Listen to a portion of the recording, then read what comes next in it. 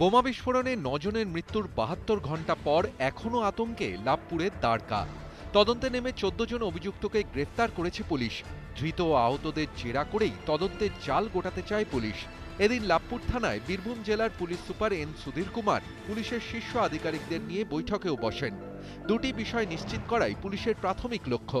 গ্রামে আরও বোমা আছে কিনা তা খুঁজে বের করা, আহত দুজনকে জেরা করে মূল অভিযুক্ত শোয়েব আলীর খোঁজ চালানো।